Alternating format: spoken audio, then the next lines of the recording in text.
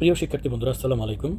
আজকে আমরা diploma in nursing and midwifery ভর্তি পরীক্ষা 2017 সালের ইংরেজি প্রশ্নটা সমাধান করতে যাচ্ছি। দেখো, বিগত সালের কোশ্চেনগুলো যদি তুমি সুন্দরভাবে বুঝে বুঝে সলভ করো, তাহলে কিন্তু নার্সিংয়ের চান্স পাওয়া তোমার জন্য অনেক সহজ হয়ে যাবে। তো সেই ক্ষেত্রে তুমি আমার প্লেলিস্টগুলো ফলো করতে পারো। দেখো, প্রথম যে কোশ্চেনটা এখানে এসেছিল সেটা হচ্ছে অ্যানেক্স শব্দের বাংলা পরিভাষা কোনটি? শব্দের মানে অ্যানেক্স শব্দের অর্থটা কি? অ্যানেক্স মানে হচ্ছে, ধরো তুমি একটা চিঠি লিখতেছো, একটা রিপোর্ট লিখতেছো, কমপ্লিট করছো। এখন এরপরে মনে হলো, ওহো, আমার তো একটা পয়েন্ট বাদ হয়ে গেছে, এই পয়েন্টটা আমার লিখে দেওয়া উচিত। তো শেষে তুমি সেই পয়েন্টটা আবার লিখে দিলা। তাহলে এই যে অতিরিক্ত যে সংযোজনগুলো, সেটা হলো অ্যানেক্স। এখন এটা যেরকম রিপোর্ট, চিঠির ক্ষেত্রে অ্যানেক্স হতে পারে অতিরিক্ত সংযোজন। একই ক্ষেত্রে বাসাবাড়ি, বিল্ডিং, এক্ষেত্রেও যখন কাজ শেষে এক্সট্রা আর একটু কোনো কিছু সংযুক্ত করা হয়, সেক্ষেত্রেও কিন্তু অ্যানেক্স হতে পারে। তো অ্যানেক্স এটা তুমি বাংলার অর্থ হিসাবে পরিশিষ্ট ব্যবহার করবে। এরপরে 22 নম্বর কোশ্চেনটা দেখো, এটা হচ্ছে which of the following is a singular number. তো সবগুলাই প্লুরাল দেওয়া আছে, একটা অপশন সিঙ্গুলার হবে। তো কোনটা সেটা দেখো। এই যে ক্লিফস এর যুক্ত আছে না, এটা হচ্ছে প্লুরাল। এই ক্লিফ মানে হচ্ছে ঢালু পাহাড় জাতীয় কিছু একটা, পর্বত জাতীয় কিছু একটা, এর যুক্ত আছে, তার মানে এটা প্লুরাল। এরপর দেখো, এটা হলো ক্রাইসিস থেকে ক্রাইসিস, এই যে এস বাই এর যুক্ত আছে, এটাও প্লুরাল। এরপরে মাউস থেকে মিস, এটা হচ্ছে প্লুরাল। তাহলে বাকি থাকে এই যে খ নাম্বারটা ইন্ডেক্স। এই ইন্ডেক্সটা কিন্তু কি বলতো, এটা হচ্ছে সিঙ্গুলার। আর ইন্ডেক্সের প্লুরালটা কেমন হবে? ইন্ডেক্স। ইন্ডেক্সে যে এক্সের পরিবর্তে আই সিইএস হয়, তাহলে আই সিএস, ইন্ডিসেস, এটাও হয়। আবার যদি কেউ ইনডেক্সেস লেখে এক্সিএস, তাও কিন্তু হবে। সো ইন্ডেক্স এখানে সিঙ্গুলার হিসেবে আছে, আমাদের এখানে অপশনগুলো থেকে সিঙ্গুলার হবে হচ্ছে এই যে ইন্ডেক্স, এটা হবে রাইট অ্যান্সার। 23 নম্বর কোশ্চেনটা দেখো, which word is the determiner in the sentence. Determiner কীভাবে ব্যবহার করা হয়? ডিটারমিনার ব্যবহার করার তোমাকে আমি একটা ভালো বুদ্ধি দিয়ে দিই। তুমি নাউন খুঁজে বের করবা। নাউনের পূর্বে যে শব্দটা থাকে সেটাই সাধারণত ডিটারমিনার হয়। এবং ডিটারমিনার কীভাবে কি মানে, ডিটারমিনার বলতে কী বোঝায়?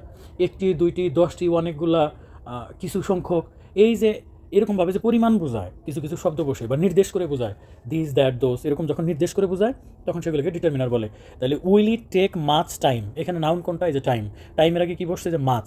মাচ, মেনি, সাম, এই সব কিছুই হয় ডিটারমিনার, সুতরাং এটা হবে রাইট অ্যান্সার। এরপর 24 নাম্বারটা দেখো। 24 নাম্বারে বলছে, if a person can not stop taking drugs. Drugs মানে কি? যে নেশার বস্তু গ্রহণ করে যারা, সেগুলোকে টেকিং ড্রাগস বলছে। হি অর শি ইজ, তাহলে যে ব্যক্তি নেশা করে তাকে আমরা কি বলবো?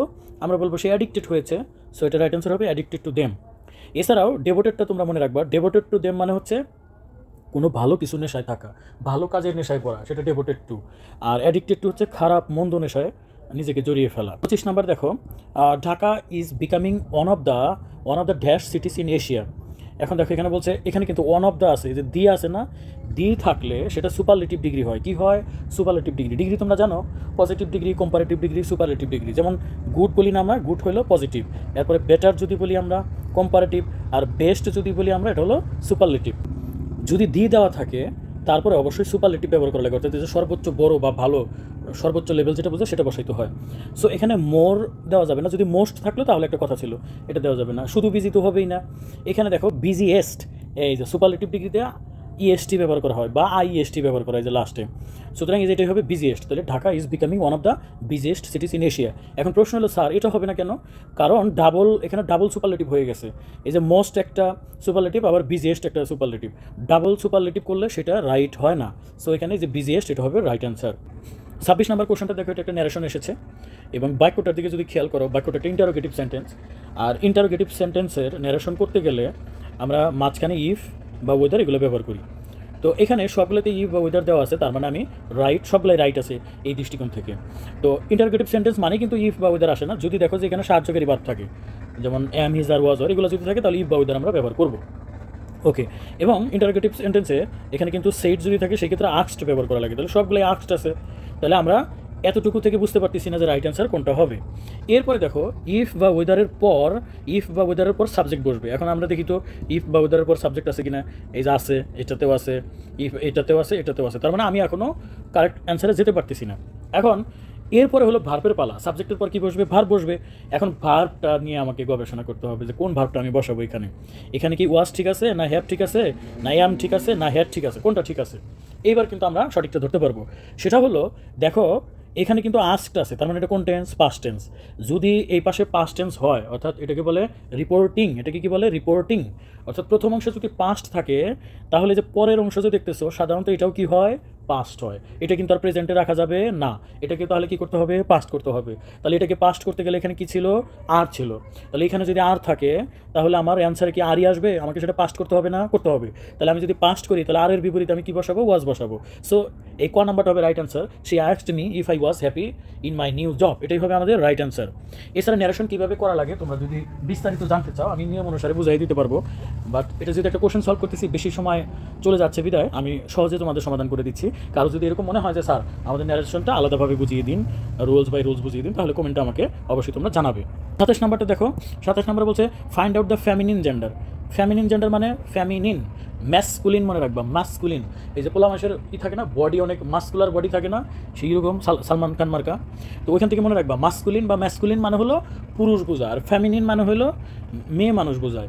সো এখানে কোনটা মেয়ে মেয়ে বোঝাচ্ছে, স্ত্রীলিঙ্গ বোঝাচ্ছে সেটা তোমাকে বের করতে হবে। যেমন টিউটর, টিউটর তো ছেলেও হতে পারে মেয়েও হতে পারে, এটা আমরা শিওর হচ্ছি না। ব্যাচেলর হচ্ছে অবিবাহিত ছেলেকে বোঝায়, অবিবাহিত ছেলেদের কি বলে, ব্যাচেলর বলে।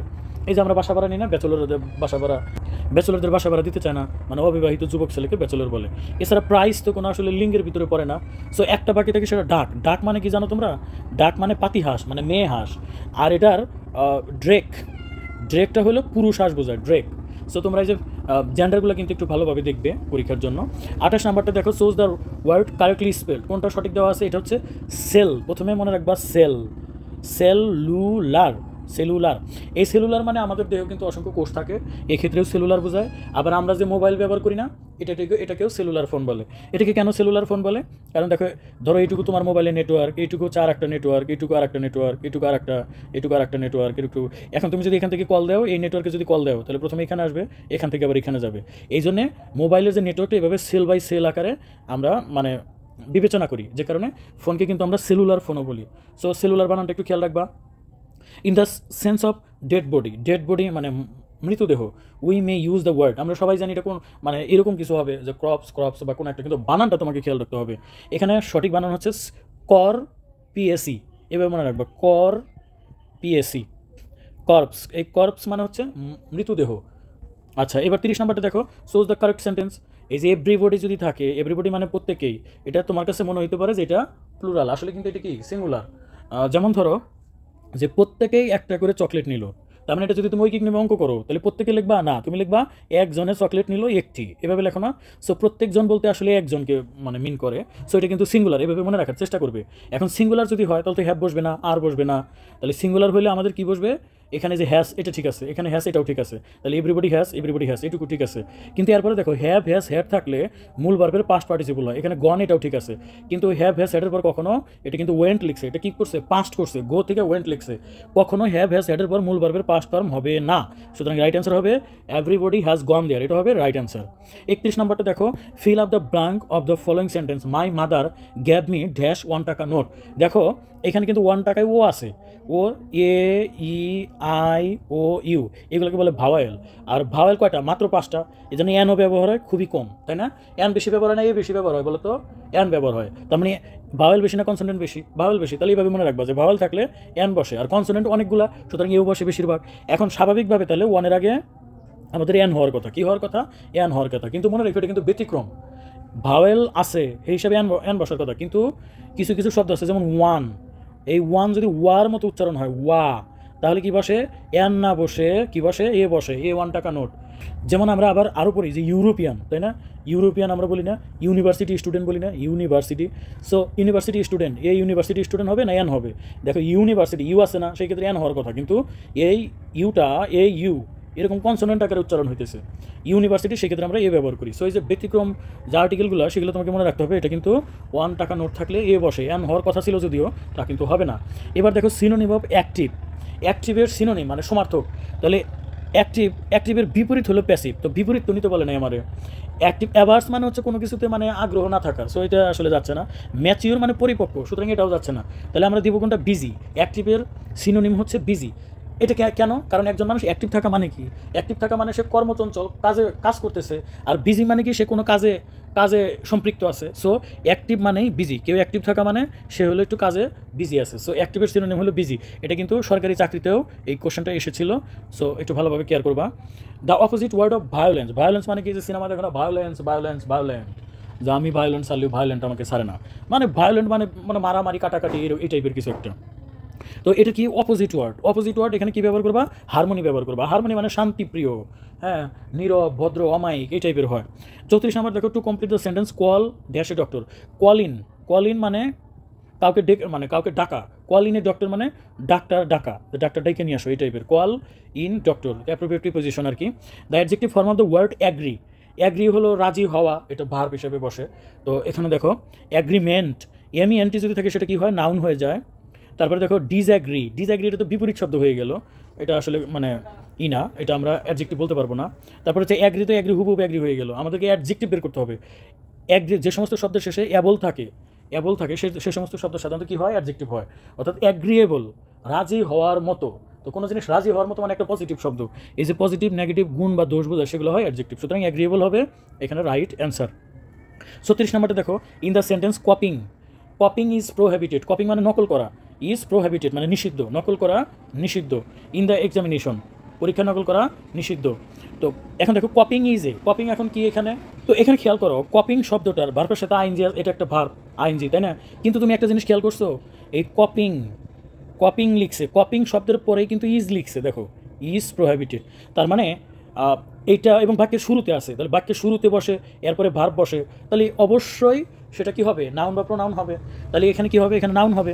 একইভাবে দেখো আমি যদি বলি আই ট্রাইস, আই ট্রাইস, তাহলে বাক্যের সাবজেক্ট কোনটা, এই যে আই, তাহলে এটা নাউন বা প্রোনাউন হয়, অর্থাৎ সাবজেক্ট হিসেবে যা বসে সেটা নাউন হয় অথবা প্রোনাউন হয়। একইভাবে আমি যদি বলি করিম, করিম গোস টু স্কুল, তাহলে এই যে করিম গোস টু স্কুল, যে এখানে ভার্বের আগে একটা শব্দ করিম, করিমটা সাবজেক্ট, তাহলে সাবজেক্ট সবসময় নাউন হয় অথবা প্রোনাউন হয়। তাহলে কপিং, কপিং শুরুতে বসছে এবং এরপরে ভার্ব আছে, তাহলে এটা সাবজেক্ট, আর সাবজেক্ট নাউন হয় অথবা প্রোনাউন হয়। তাহলে এখানে নাউন দেওয়া আছে, তাহলে নাউন হবে।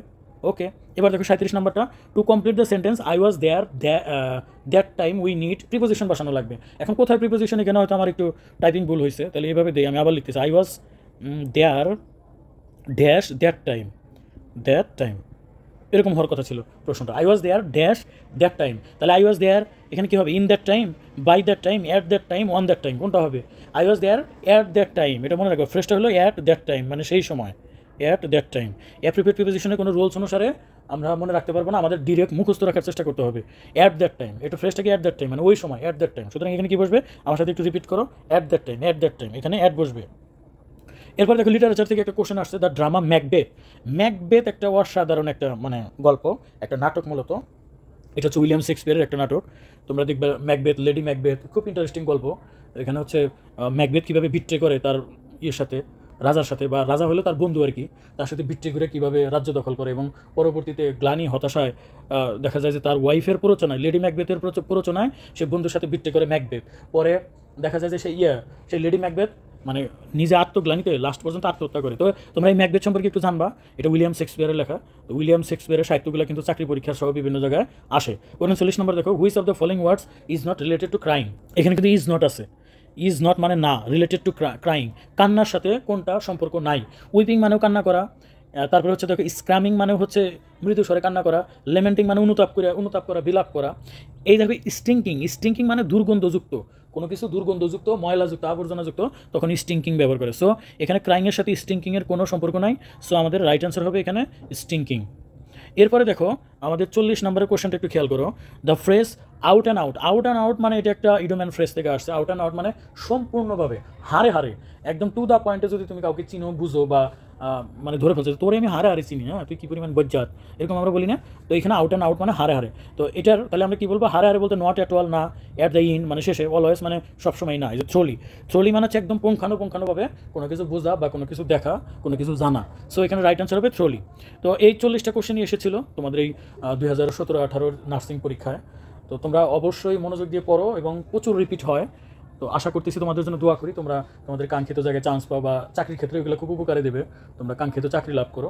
এবং একই সাথে আমার জন্য দোয়া করবে যেন আমি কন্টিনিউয়াস তোমাদের খেদমতে মানে ক্লাস করে যেতে পারি। এবং কোথাও যদি তোমার সমস্যা হয় বুঝতে, তাহলে কমেন্টে আমাকে অবশ্যই জানাবে। ধন্যবাদ সকলকে, আসসালামু আলাইকুম।